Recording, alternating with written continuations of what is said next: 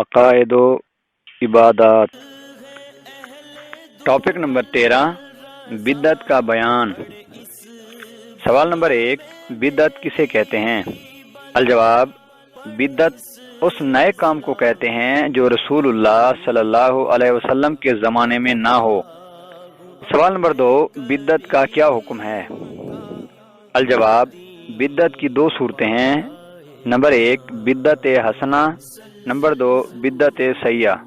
آپ صلی اللہ علیہ وسلم کے زمانہ کے بعد اگر کوئی اچھا کام شروع کیا جائے جسے علماء نے قرآن و حدیث کی روشنی میں اچھا قرار دیا ہو، وہ اچھی بدعت ہے۔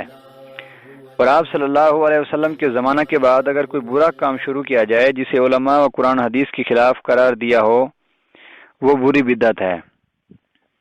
سوال نمبر 3، بدعت حسنہ کا کیا حکم ہے؟ الجواب، بدعت حسنہ کی 3 صورتیں ہیں۔ نمبر 1، بدعت واجبہ، جس کام کا کرنا ضروری ہو، جیسے قرآن کریم سمجھنے کے لیے عربی گرامر پڑھنا۔ نمبر 2، بدعت مستحبہ، جس کا کرنا ضروری نہ ہو مگر اس کے کرنے پر ثواب ملے، جیسے فلاحی ادارے اور ہسپتال بنانا اور دیگر اچھے کام۔ نمبر 3، بدعت مباحہ، یعنی جس کا کرنا اور نہ کرنا برابر ہو، جیسے بلند عمارتیں بنانا اور جدید سہولیات استعمال کرنا۔ سوال نمبر 4، بدعت سیئہ کا کیا حکم ہے؟ الجواب، بدعت سیئہ کی 2 صورتیں ہیں۔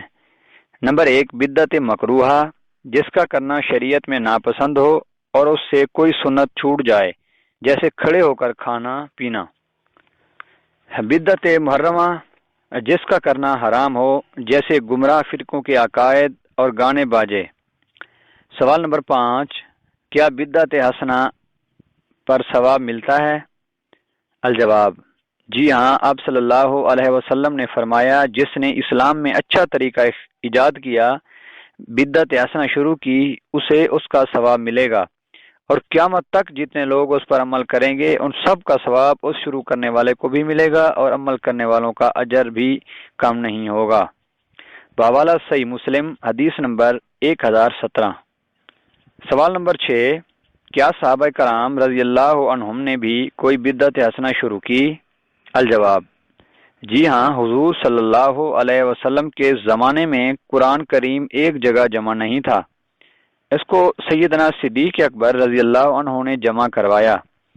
ایسے ہی رسول اللہ صلی اللہ علیہ وآلہ وسلم کے زمانہ میں نماز تراویح کی جماعت نہیں ہوتی تھی، اسے سیدنا عمر رضی اللہ عنہ نے شروع کروایا اور فرمایا، نعم البدعۃ ھذہ، یہ کتنی اچھی بدعت ہے۔